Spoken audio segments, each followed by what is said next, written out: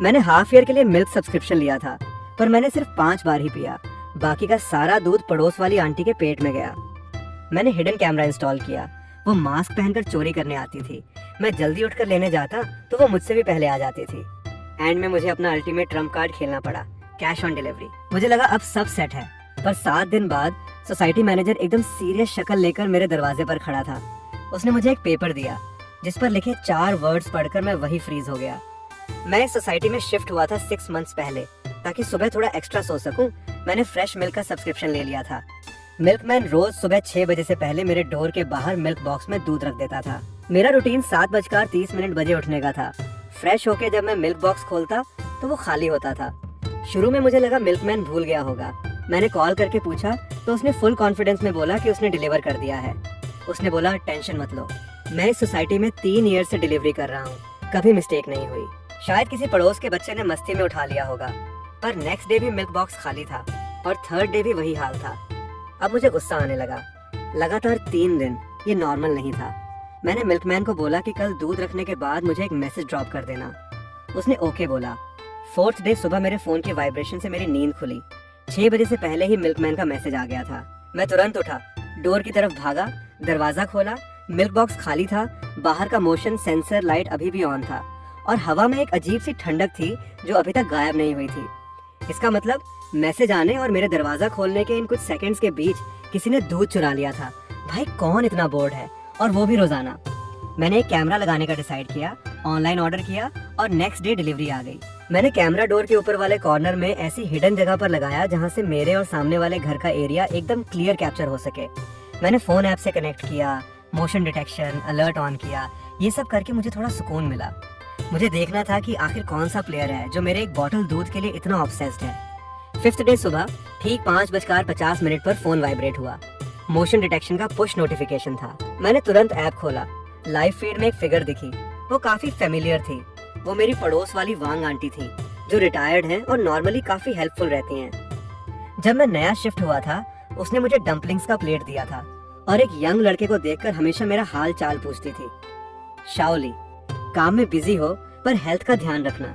शाओली कोई गर्लफ्रेंड बनी या नहीं? मैंने सपने में भी नहीं सोचा था कि वो ये होगी। वीडियो में उसने नाइट सूट पहना था, बाल बिखरे हुए थे और फेस पर एक बड़ा सा ब्लू मास्क था जिसने उसका आधा चेहरा कवर कर रखा था। वो मेरे डोर तक आई, फुल प्रो तरीके से मेरा मिल्क बॉक्स खोला, इधर उधर देखा, फिर अंदर से दूध निकाला और तेजी से मुड़कर अपने घर घुस गई। पूरा प्रोसेस 10 सेकंड से भी कम का था। मैं फोन स्क्रीन देखता रह गया। मेरा दिमाग सुन पड़ गया था। क्या सच में वो थी? मैंने वीडियो रिवाइंड किया। ऐसा लग रहा था जैसे उसे कैमरा की लोकेशन पता हो। उसने जानबूझकर इधर नहीं देखा।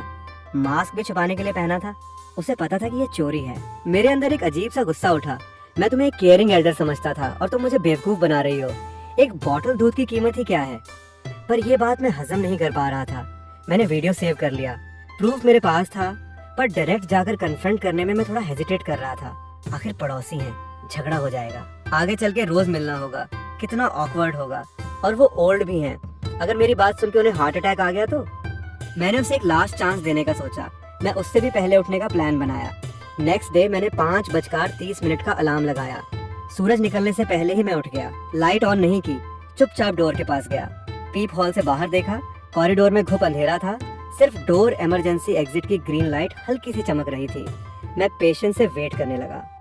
5:45 पर मुझे मिल्कमैन के फेमिलियर फुटस्टेप्स और ग्लास बॉटल्स के टकराने की क्लियर आवाज आई। कॉरिडोर में आवाज एकदम साफ आ रही थी। मिल्कमैन मेरे डोर पर रुका, मिल्क बॉक्स खोला, दूध रखा, बंद किया और फिर नेक्स्ट हाउस की तरफ चल पड़ा। मैंने उसके फुटस्टेप्स दूर जाने का वेट किया। दिल में 10 तक गिनती गिनी और फिर मैंने झटके से दरवाजा खोला। बाहर कोई नहीं था, मिल्क बॉक्स भी खाली था। मैं वही शॉक में खड़ा रह गया। मैं लगातार पीप होल से देख रहा था, किसी को आते हुए नहीं देखा। मैंने तुरंत फोन चेक किया। कैमरा ऐप में कोई मोशन अलर्ट नहीं था। मैंने बार बार सेटिंग्स चेक की, सब सही था। मैंने उस टाइम का फुटेज निकाला। स्क्रीन पर पूरा अंधेरा था, कुछ नहीं दिखा। मुझे समझ आ गया, उसे मेरे यहाँ के कैमरा का एंगल पता है। वो दूसरी साइड की स्टेयर से आई, स्क्वाट करके कैमरा के ब्लाइंड स्पॉट में रहते हुए बिना आवाज किए दूध ले गई। मुझे तो शक होने लगा कि कहीं वो स्टेयर्स के कॉर्नर पर छुप के वेट ही नहीं कर रही थी। जैसे ही मिल्कमैन गया, उसने तुरंत एक्शन लिया। इसीलिए मेरे दरवाजा खोलने से पहले ही उसने काम खत्म कर दिया। मुझे एक सर्द महसूस हुई। ये सिर्फ छोटी चोरी नहीं थी, ये एक टॉक्सिक ऑब्सेशन था। उसने इस एक बॉटल दूध के लिए फुल माइंड गेम खेला, टाइम कैलकुलेट किया, रूट प्लान किया। शायद मेरा शेड्यूल भी उसे पता था। मैं एक डेली ओवरटाइम करने वाला यंग गाई कैसे बीट कर सकता था एक रिटायर्ड आंटी को जिसने अपना सारा दिमाग इस पर लगा रखा था। शाम को ऑफिस से आते वक्त लिफ्ट में मेरी उससे टक्कर हो गई। वो फुल स्माइल के साथ मुझे हेलो बोल रही थी, एकदम केयरिंग लुक में। हाथ में सब्जियों का बास्केट था। मैंने खुद को फोर्स करके एक फेक स्माइल दी। वो मुझे देख रही थी। उसकी आंखों में एक एल्डर का प्यार था। मैं उसके उस स्माइलिंग फेस को देखकर सुबह वाले उस मास्क और स्नीकी फिगर से मैच ही नहीं कर पा रहा था। ऐसे लोग सच में स्कैरी होते हैं। मैंने उसके साथ माइंड गेम्स खेलना ड्रॉप करने का सोचा, डायरेक्ट फाइट करने का सोचा, पर फिर लगा ये सही नहीं होगा। अगर वो जमीन पर गिर के रोने धोने और नाटक करने लगी तो मैं फंस जाऊंगा। पुलिस बुलाऊं? एक बॉटल दूध के लिए पुलिस आएगी तो बस कॉम्प्रोमाइज ही करवाएगी। मैंने बहुत सोचा। मेरा गोल ये प्रूव करना नहीं था कि उसने चोरी की। मैं बस अपने पैसे का दूध पीना चाहता था। अगर उसका टारगेट मिल्क बॉक्स में रखा दूध है तो मैं मिल्क बॉक्स को ही खाली कर दूंगा। मैंने फोन निकाला, मिल्क कंपनी के कस्टमर केयर का नंबर डायल किया। मेरे पास एक और आइडिया था जो कि मेरा आखिरी ऑप्शन था। मैंने एग्जीक्यूटिव को बोला कि मुझे अपना डिलीवरी मेथड चेंज करना है। हेलो सर, बताइए मैं आपकी क्या हेल्प कर सकती हूँ? मैं नहीं चाहता कि मिल्कमैन दूध बॉक्स में रखे। क्या मिल्क बॉक्स में कोई इशू है? नहीं, मैं अब प्रीपेड सब्सक्रिप्शन नहीं चाहता। मैं कैश ऑन डिलीवरी सॉर्ट में शिफ्ट होना चाहता हूँ। सर, हमारे मोस्टली क्लाइंट्स मंथली या ईयरली प्रीपेड लेते हैं, उसमें डिस्काउंट मिलता है। मुझे पता है, कोई बात नहीं। मुझे ट्रबल से डर नहीं लगता। मैं चाहता हूँ कि मिल्कमैन रोज सुबह आकर डायरेक्ट डोर नॉक करे और मैं फेस टू फेस पे करके दूध ले लूँ। सर, ऐसा करने से आपको रोज चेंज रखना पड़ेगा और मिल्कमैन सुबह बहुत बिजी होता है। वो फिक्स टाइम पर डोर नॉक नहीं कर पाएगा। No problem, I accept. कोई भी अप्रॉक्स टाइम चलेगा। 6 से 6:30 के बीच मैं घर पर वेट करूंगा। इस एक ग्लास दूध के लिए मैं जल्दी उठने को रेडी हूँ। ठीक है सर, मैंने नोट कर लिया है। कल से हम आपको स्कॉडी सर्विस प्रोवाइड करेंगे, पर डिलीवरी पेमेंट। थैंक्स। मैंने कॉल कट की। मेरे दिल का बोझ हल्का हो गया। मैंने एक्सेप्ट कर लिया कि मैं हार गया। मैं एक ऐसी कैलकुलेटेड चोर से नहीं जीत सकता। मुझे अपने दूध को प्रोटेक्ट करने के लिए ये सबसे बेसिक पर सबसे इफेक्टिव तरीका यूज करना पड़ा। COD वो मिल्कमैन के हाथ से तो छीन नहीं सकती और ना ही मेरे लिए पे कर सकती है। ये सोचकर मुझे कल सुबह का थोड़ा वेट था। मैं इमेजिन कर रहा था कि वांग आंटी रोज की तरह चुपके से मेरे मिल्क बॉक्स के पास आएगी और उसे खाली मिलेगा। उसके एक्सप्रेशंस कैसे होंगे? डिसअपॉइंटेड या गुस्सा? कहीं वो ये तो नहीं सोचेगी कि मिल्कमैन भूल गया। और फिर रोज वही खाली बॉक्स खोलते खोलते फाइनली उसे रियलाइज होगा कि उसका फ्री वाला दूध अब बंद हो चुका है। ये फीलिंग उसके सामने जाकर उसका पर्दाफाश करने से कहीं ज्यादा सेटिस्फाइंग थी। उस रात मैं बहुत अच्छी नींद सोया। नेक्स्ट डे सुबह मैं ठीक 6 बजे उठ गया, बिना किसी अलार्म के। मैं लिविंग रूम में गया, एक कप चाय बनाई और सोफा पर बैठकर वेट करने लगा। 6:15 पर डोर पर हल्के से नॉक हुआ। 3 बार रिदम में मैं उधर गया। मैंने डोर खोला और जो चेंज मैंने पहले से रेडी रखा था वो मिल्कमैन को दे दिया। मिल्कमैन ने एक इनोसेंट सी स्माइल दी और मुड़कर चला गया। मैंने डोर बंद किया, दरवाजे से टेक लगाई, अपने हाथ में पकड़ी मिल्क बॉटल को देखा। बॉटल ठंडी थी और उस पर बाहर की नमी थी। मैंने कैप खोली, एक बड़ा सिप लिया। एक रिच क्रीमी फ्लेवर ने मेरे पूरे मुंह को भर दिया। यही वो टेस्ट था। मुझे कितने टाइम बाद ये मिला था? हाफ ईयर, 180 डेज से ज्यादा। मैंने सिर्फ 5 बार पिया था। ये 6th टाइम था जो मैंने अपनी स्मार्टनेस और कॉम्प्रोमाइज से जीता था। मैं बॉटल लेकर विंडो के पास गया। हल्का हल्का उजाला हो रहा था। नीचे कुछ ओल्ड लोग मॉर्निंग वॉक कर रहे थे। सब कुछ बहुत पीसफुल था। मैंने फोन निकाला, कैमरा चेक किया। मेरे डोर बंद करने के 1 मिनट के अंदर ही वांग आंटी की फिगर वहां आ गई। वो सेम वैसे ही ड्रेस्ड थी, मास्क पहने हुए, दबे पांव मेरे मिल्क बॉक्स के पास आई। प्रो तरीके से खोला और फिर वो फ्रीज हो गई। उसने काफी देर तक बॉक्स में हाथ फेरा। उसने बॉक्स बंद किया, फिर खोला, अभी भी खाली था। वो सीधी खड़ी हो गई और ब्लैंक होकर इधर उधर देखने लगी, जैसे सोच रही हो कि सिस्टम में कहाँ ग्लिच आया। वो स्टेयर्स तक गई, वहाँ चेक किया, फिर वापस आई और फाइनली फ्रस्ट्रेट होकर वहाँ से निकल गई। मैं ये फुटेज देख रहा था, मेरी स्माइल कंट्रोल नहीं हो रही थी। उस दिन मेरा मूड एकदम टॉप पर था। नेक्स्ट फ्यू डेज रोज सुबह 6 बजे के बाद मिल्कमैन टाइम पर मेरा डोर नॉक करता। मैं कैश देता, दूध लेता और अपनी हार्ड अर्न्ड मिल्क पीकर अपना डे स्टार्ट करता। रोज सुबह आदत के मुताबिक मैं कैमरा ऑन करता। वांग आंटी हमेशा मिल्कमैन के जाने के कुछ मिनट्स बाद आती। रोज बिना थके मेरा मिल्क बॉक्स खोलती और डिसअपॉइंटेड होकर चली जाती। एक पॉइंट पर मुझे उस पर थोड़ा तरस भी आया, पर जब उसके पिछले कारनामे याद आते तो ये सिंपैथी हवा हो जाती। मैंने उसका पर्दाफाश नहीं किया, यही मेरी सबसे बड़ी मर्सी थी। मैंने बस अपनी चीज वापस ली थी जो मेरी थी। हम अब भी लिफ्ट में मिलते थे, पर उसके फेस से स्माइल गायब हो चुकी थी। मुझे देखकर वो बस रिलक्टेंटली नॉड करती। उसकी आंखों में गुस्सा और क्यूरियोसिटी थी। मुझे लगता है वो ये सोच रही थी कि मैंने आखिर क्या जुगाड़ लगाया। मैंने बिल्कुल अनजान बनकर रोज की तरह उसे ग्रीट किया। गुड मॉर्निंग वांग आंटी, उसने बड़े ड्राई तरीके से हम बोला। लिफ्ट में पिन ड्रॉप साइलेंस था। मुझे ये वाइब अच्छी लग रही थी। Mind your own business. मेरी दुनिया शांत हो गई थी। ये पीसफुल रूटीन 1 वीक तक चला। मुझे लगा ये मैटर यहीं खत्म हो जाएगा। मुझे लगा हमारी मिल्क वाली वॉर मेरे इस स्मार्ट मूव के साथ एंड हो गई। मैं बहुत नेव था। मैंने एक टॉक्सिक इंसान की लिमिट्स को अंडर एस्टिमेट कर दिया था। 7th डे की शाम मैं घर पर बैठकर ऑफिस का काम कर रहा था। डोरबेल बजी। मुझे लगा फूड डिलीवरी होगी। मैं उठ के दरवाजा खोलने गया। बाहर सोसाइटी मैनेजर खड़ा था, मिस्टर लियू, एक 40 सेकंड का मिडिल एज्ड आदमी। नॉर्मली उससे ज्यादा बात नहीं होती थी। उसके पीछे 2 सिक्योरिटी गार्ड्स यूनिफॉर्म में खड़े थे। मिस्टर लियू, क्या बात है? मैं थोड़ा सरप्राइज हुआ। मिस्टर लियू का एक्सप्रेशन बहुत सीरियस था, यूं कहें कि हैवी था। उसने कुछ नहीं बोला, बस मुझे ऊपर से नीचे तक स्कैन किया। उसकी लुक ऐसी थी जैसे मैं कोई क्रिमिनल हूँ, जो मुझे काफी अनकंफर्टेबल लगा। तुम शाओ ली हो ना? फाइनली उसने बोला, एकदम ऑफिशियल टोन में। हाँ, मैं ही हूँ। कुछ बात वेरीफाई करनी थी तुमसे। ये बोलते हुए उसने गार्ड के हाथ से एक फोल्डर लिया, उसमें से एक HR पेपर निकाला और मेरे सामने कर दिया। पहले ये पढ़ो। उसका एक्सप्रेशन ऐसा था जैसे कोई जज कोई वर्डिक्ट सुना रहा हो। मेरे दिल की धड़कन रुक गई। मुझे एक नेगेटिव वाइब आई। मैंने वो पेपर लिया। वो प्रिंटेड था। उस पर कुछ बोल्ड ब्लैक लाइंस थी। हेडिंग लिखी थी, पड़ोसी मिस्टर ली से मेंटल हैरासमेंट कॉम्पेंसेशन की डिमांड का एप्लीकेशन। मिस्टर ली यानी मैं, एप्लीकेंट वांग यानी मेरी पड़ोस वाली वांग आंटी। मैं सुन पड़ गया। मेंटल हैरासमेंट कॉम्पेंसेशन, वो मुझसे पैसे क्यों मांग रही है? मैंने आगे रीजन पढ़ना स्टार्ट किया। जब मैंने एंड में हाथ से लिखे हुए उन 4 वर्ड्स को देखा जो पेपर को चीर कर बाहर आ रहे थे, मुझे लगा मेरे जिस्म का खून जम गया है, जैसे मुझे लाइटनिंग लग गई हो। मैं वही स्टैचू बन गया। वो 4 वर्ड्स थे, मेरा राशन बंद किया। मैं उस पेपर को पकड़े हुए था। मेरे हाथ कांपने लगे थे। ये मेरी लाइफ का सबसे एब्सर्ड और रिडिकुलस इल्जाम था। मैंने पूरा एप्लीकेशन ध्यान से पढ़ा।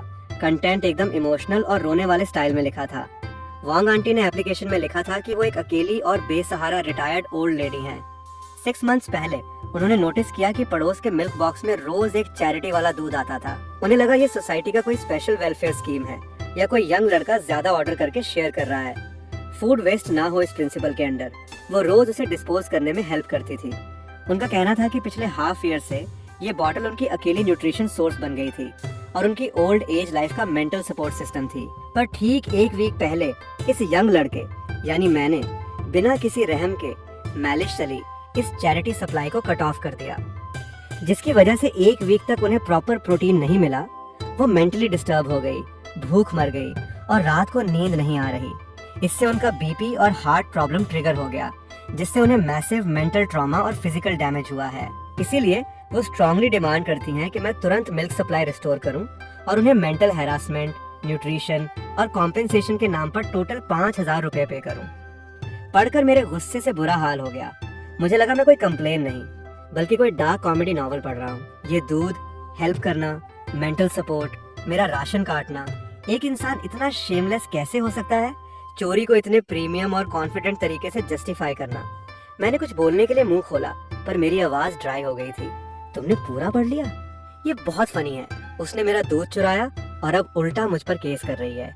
मैंने अपने हाथ का पेपर ऊपर उठाया। शाओली, तुम गुस्सा मत हो।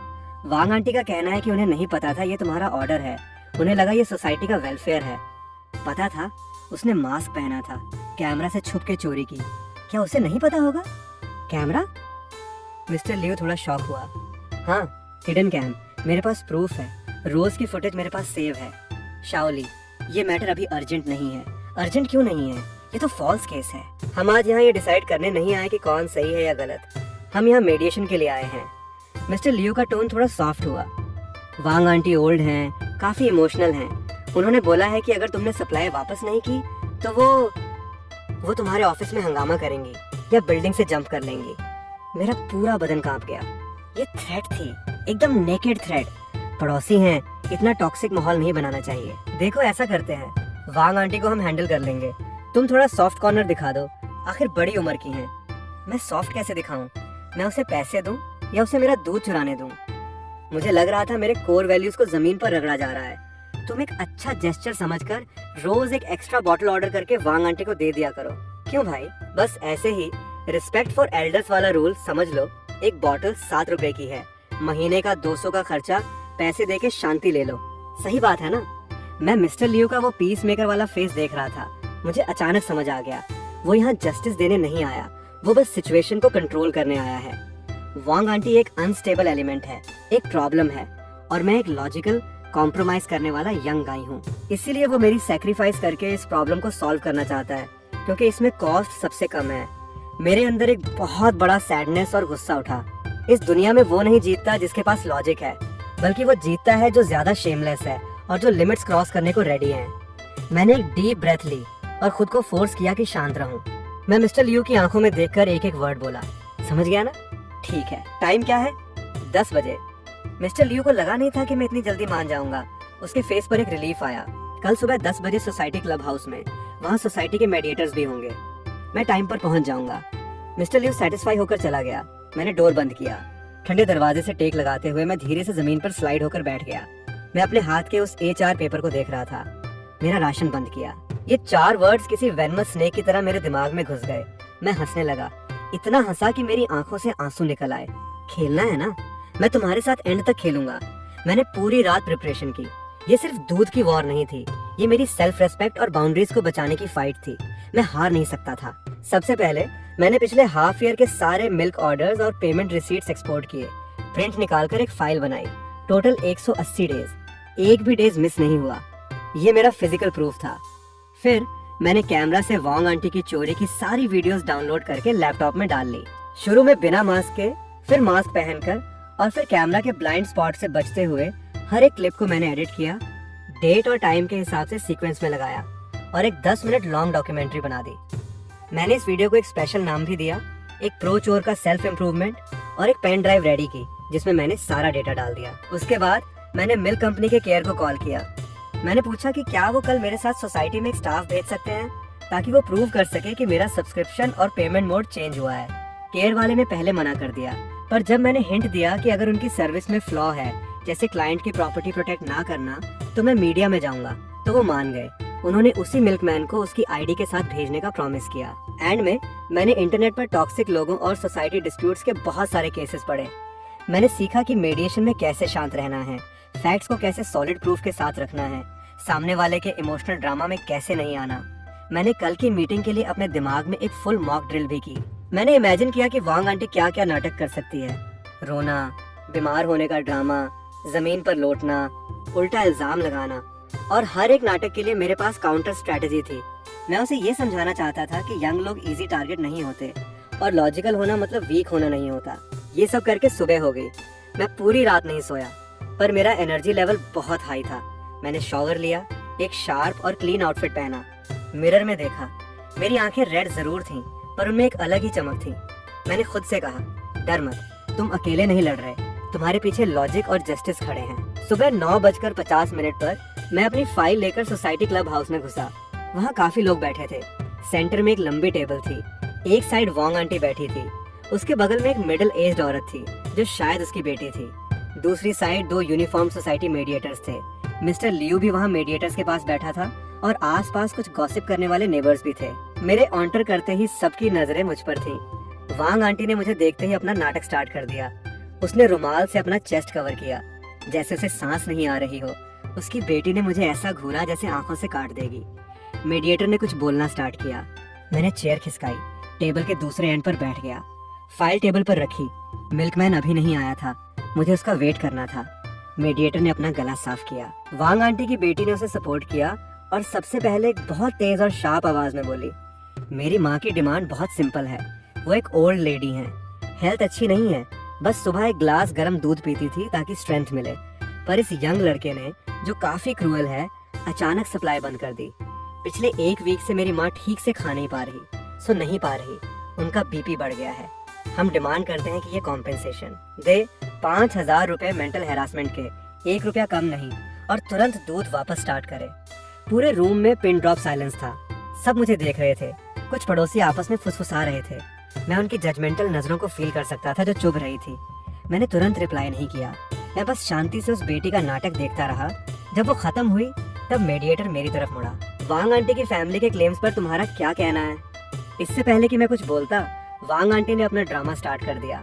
मैं बहुत दुखी हूँ। मैं एक अकेली ओल्ड औरत हूँ, बस एक ग्लास दूध पीना चाहती थी। इसमें क्या गलत है? मुझे लगा ये सरकार का फ्री राशन है। अगर मुझे पता होता कि ये इस लड़के का है तो मैं कभी नहीं लेती। वो रोते रोते चुपके से रुमाल के पीछे से मेरा रिएक्शन चेक कर रही थी। उसकी एक्टिंग नेक्स्ट लेवल थी। वांग आंटी, आप रोना बंद कीजिए, हम एक एक पॉइंट पर बात करेंगे। सबसे पहले मैं एक बात क्लियर कर दूं, जिसे आप चैरिटी या सरकारी राशन बोल रही हैं, वो मेरा पर्सनल खरीदा हुआ प्रोडक्ट है जो मैं हर महीने पे करता हूँ।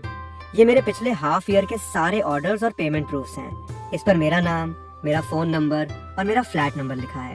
टोटल 183 डेज, टोटल 1281 रुपए, जो 100% मैंने पे किए हैं। मेडिएटर और मिस्टर लियो दोनों देखने के लिए आगे झुके। वांग आंटी की बेटी ने भी एक नजर डाली। उसका चेहरा थोड़ा ऑकवर्ड हो गया। सेकंड, आप कह रही हैं कि आपको लगा ये फ्री है और आपको नहीं पता ये मेरा है। ये बात मुझे हजम नहीं हो रही।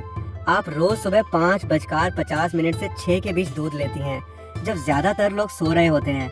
आप मास्क पहनती हैं और मेरे कैमरा से जानबूझ करती बचती हैं। अगर सच में फ्री का राशन होता तो इतनी चोरी छुपे करने की क्या जरूरत थी? तुम झूठ बोल रहे हो। मेरी माँ मॉर्निंग वॉक के लिए जल्दी उठती हैं, मास्क सर्दी से बचने के लिए पहनती हैं। क्या कैमरा? हमें किसी कैमरा का नहीं पता। नहीं पता? आज मैं बाई चांस कुछ मॉर्निंग वर्कआउट के क्लिप्स लाया हूँ। क्या सबको मिलकर एंजॉय करना चाहिए?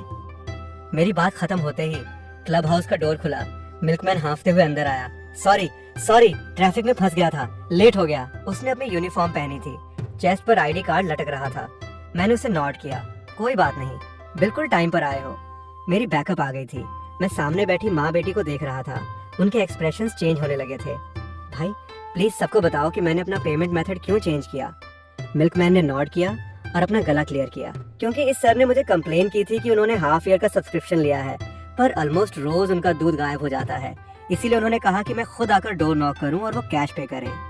एक लाइन ने सीधा चैरिटी वाले दूध का झूठ पकड़ लिया। आसपास के पड़ोसियों की गॉसिप का डायरेक्शन चेंज होने लगा। तो ये चोरी थी। मैंने तो पहले ही कहा था, इतना अच्छा फ्री राशन कहाँ मिलता है। वांग आंटी का चेहरा लाल और सफेद पड़ने लगा। उसकी बेटी के लिप्स कांप रहे थे। वो कुछ बोलना चाहती थी पर बोल नहीं पाई। चोरी नहीं की। मैंने देखा बॉक्स में रखा है तो ले लिया। वहाँ कोई नहीं पी रहा था तो क्या वेस्ट नहीं होता? अब वो शेमलेस होने लगी थी। मैं ओल्ड हो गई हूँ, मेमोरी वीक है। मुझे लगा मैंने खुद ऑर्डर किया था और भूल गई।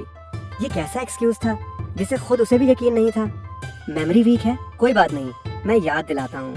मैं खड़ा हुआ रूम के कॉर्नर में रखे टीवी के पास गया, पेन ड्राइव निकाली और टीवी के यूएसबी पोर्ट में डाल दी। मिस्टर लियो, प्लीज रिमोट देना। मैंने टीवी ऑन किया, पेन ड्राइव मोड सिलेक्ट किया। स्क्रीन पर एक फोल्डर आया। रिमोट से मैंने उस फाइल को प्ले किया जिसका नाम था एक प्रो चोर का सेल्फ इम्प्रूवमेंट। वीडियो प्ले होने लगी। पहला क्लिप हाफ ईयर पहले का था। बिना मास्क वाली वांग आंटी स्नीक करती हुई मेरे डोर पर आई, दूध निकाला और तेजी से भाग गई। दूसरा क्लिप कुछ दिन बाद का, उसने मास्क पहनना स्टार्ट कर दिया। तीसरा क्लिप 1 महीने बाद का, जब मैंने नया कैमरा लगाया। वो दूसरी स्टेयर्स से एक बहुत ही अजीब और फनी स्क्वाट पोजीशन में रेंगते हुए आई। परफेक्टली मेन कैमरा एंगल को डॉज किया, सिर्फ उसका बैक कैप्चर हुआ। एक के बाद एक क्लिप, टाइम और डेट सब एकदम क्लियर नीचे लिखे थे। पूरे रूम में सिर्फ वीडियो की हल्की आवाज आ रही थी। सब स्क्रीन को घूर रहे थे।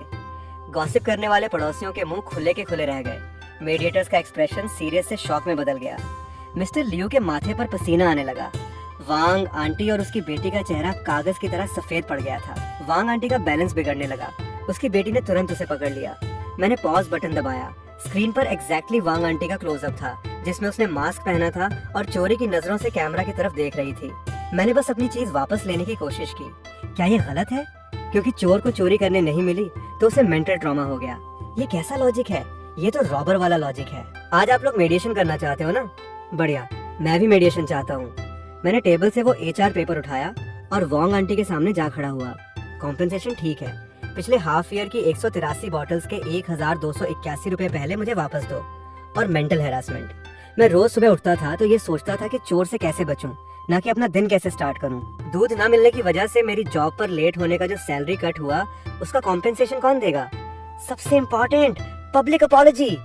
सोसाइटी के व्हाट्सएप ग्रुप में, नोटिस बोर्ड पर सबके सामने मुझसे माफी मांगो, अपनी चोरी एक्सेप्ट करो और मेरी रेपुटेशन वापस करो। मेरी आवाज पूरे रूम में गूंज रही थी, एकदम सॉलिड और हैवी। वांग आंटी मुझे देख रही थी, उसके लिप्स पर्पल पड़ गए थे और पूरा बदन कांप रहा था। अचानक उसकी आंखें ऊपर चढ़ गईं और वो सीधे पीछे की तरफ गिर गई। क्या हुआ? जल्दी एम्बुलेंस बुलाओ।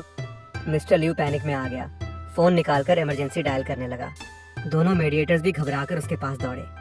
आसपास के पड़ोसी चिल्लाने लगे या पीछे हटने लगे ताकि किसी पंगे में ना फंसे। तुम्हारी वजह से हुआ ये, अगर मेरी माँ को कुछ हो गया तो मैं तुम्हें नहीं छोड़ूंगी। मैं ठंडे दिमाग से वही खड़ा रहा। ये नाटक देख रहा था, फेक इलनेस। ये उन स्क्रिप्ट्स में से एक थी जिसका मैंने मॉक ड्रिल किया था। मैं ऐसे लोगों को बहुत अच्छी तरह जानता हूँ जब लॉजिक काम ना करे और प्रूफ सामने हो तो इनका आखिरी वेपन इनकी अपनी बॉडी होती है।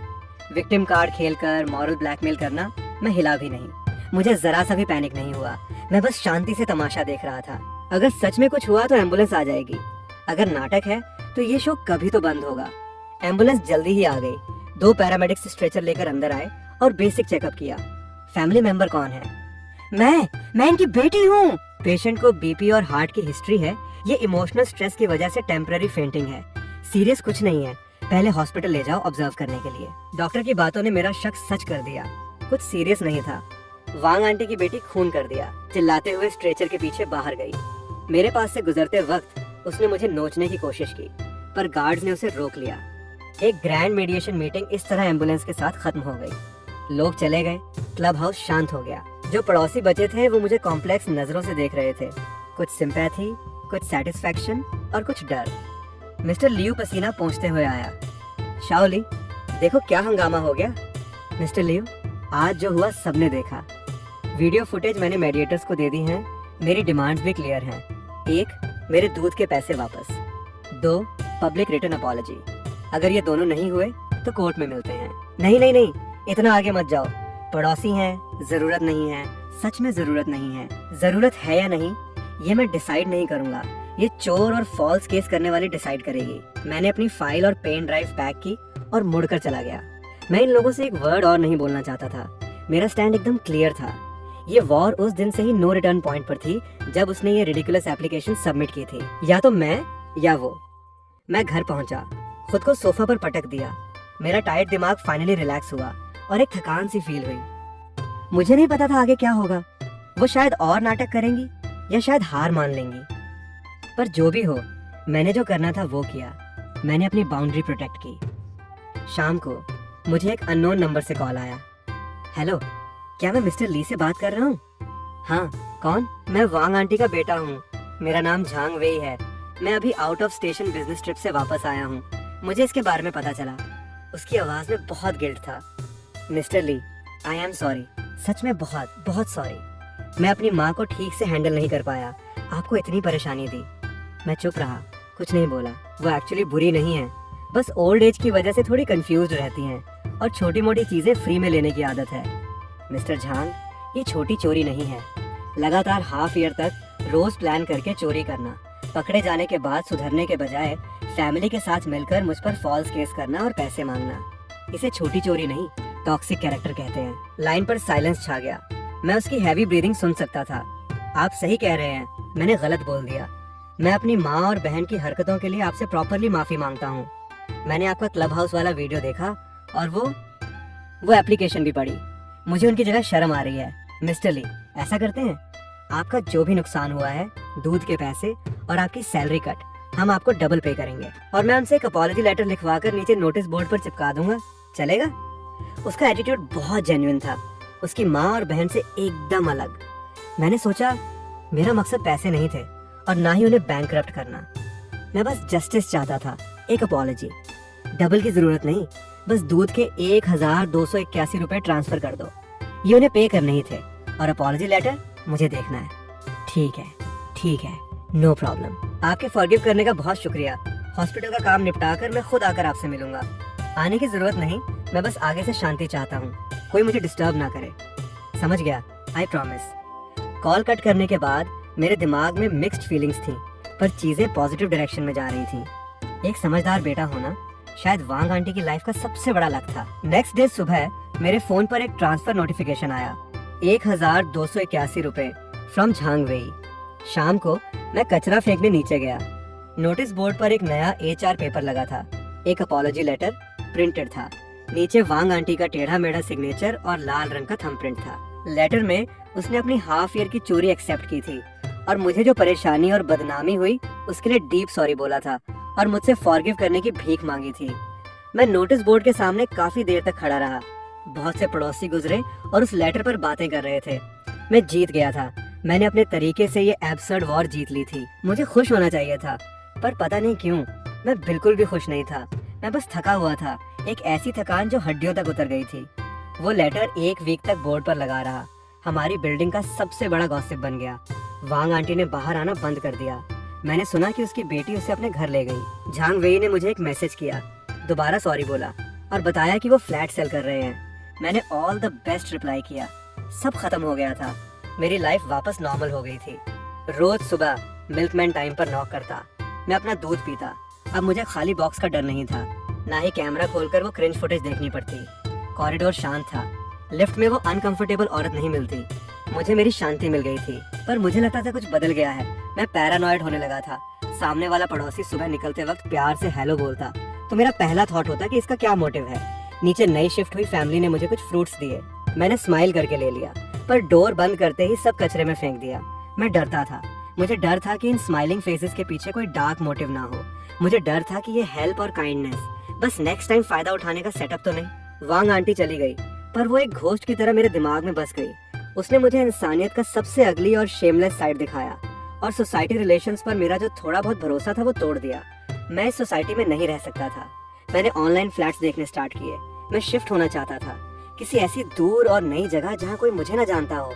मैंने अपने दोस्त को ये बताया। वो शॉक हो गया, तुम तो जीत गए ना, उस ओल्ड लेडी को भगा दिया, तो अब क्यों शिफ्ट हो रहे हो? हाँ, मैं जीत गया, पर मैं बहुत थक कर जीता, ये प्रूव करने के लिए कि मैं गलत नहीं हूँ। मैंने पूरी रात जाकर प्रूफ इकट्ठे किए, प्लान्स बनाए, एक कोर्ट केस की तैयारी की। अपने 7 रुपए के एक बॉटल दूध के लिए मुझे खुद को एक एग्रेसिव फाइटर में बदलना पड़ा। मैं ऐसी लाइफ नहीं जीना चाहता। मैं रोज ये डर नहीं जीना चाहता कि कहीं कोई दूसरी वांग आंटी ना आ जाए। मैं समझ सकता हूँ, एक कहावत है, mind your own business and run. कभी कभी लीव करना बेस्ट ऑप्शन होता है। हाँ, मैं भाग सकता हूँ। मैंने 1 महीने में नया फ्लैट ढूंढा, साइन किया। जिस दिन पैक कर रहा था धूप बहुत अच्छी थी। मैंने अपना सामान बॉक्स में डाला। एंड में मुझे वो हिडन कैमरा दिखा। मैंने उसे उखाड़ कर वापस बॉक्स में डाल दिया। अब मुझे इसकी जरूरत नहीं थी। आई होप नई जगह मुझे ये कभी यूज ना करना पड़े। मूवर्स का ट्रक नीचे खड़ा था।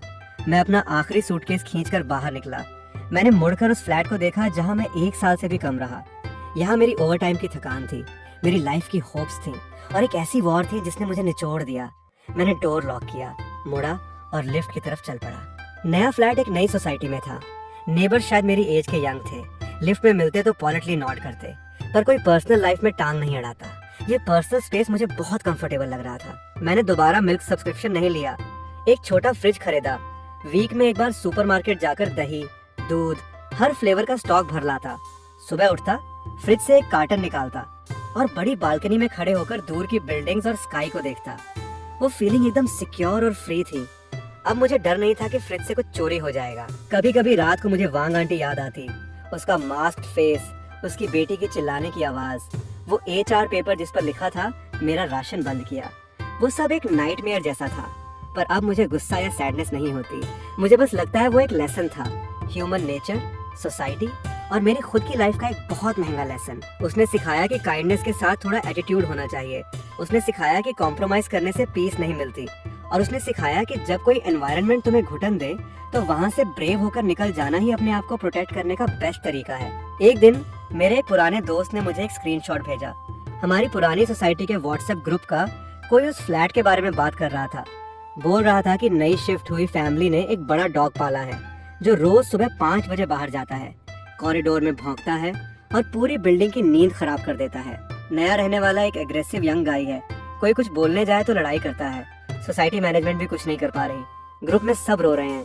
किसी ने लिखा, सच में पुराने वाले शाओ ली की याद आती है, कितना शांत और अच्छा लड़का था। नीचे बहुत लोगों ने एग्री किया। मैं चैट देखकर मुस्कुराया और फोन बंद कर दिया। बाहर धूप एकदम परफेक्ट थी। मैंने अपना आखिरी सिप दही का पिया और पास के पार्क में वॉक के लिए उठा। नीचे चेरी ब्लॉसम्स खिल गए थे। मैं उन्हें देखना जाना चाहता था। मेरी लाइफ का नया चैप्टर स्टार्ट होने का टाइम आ गया था।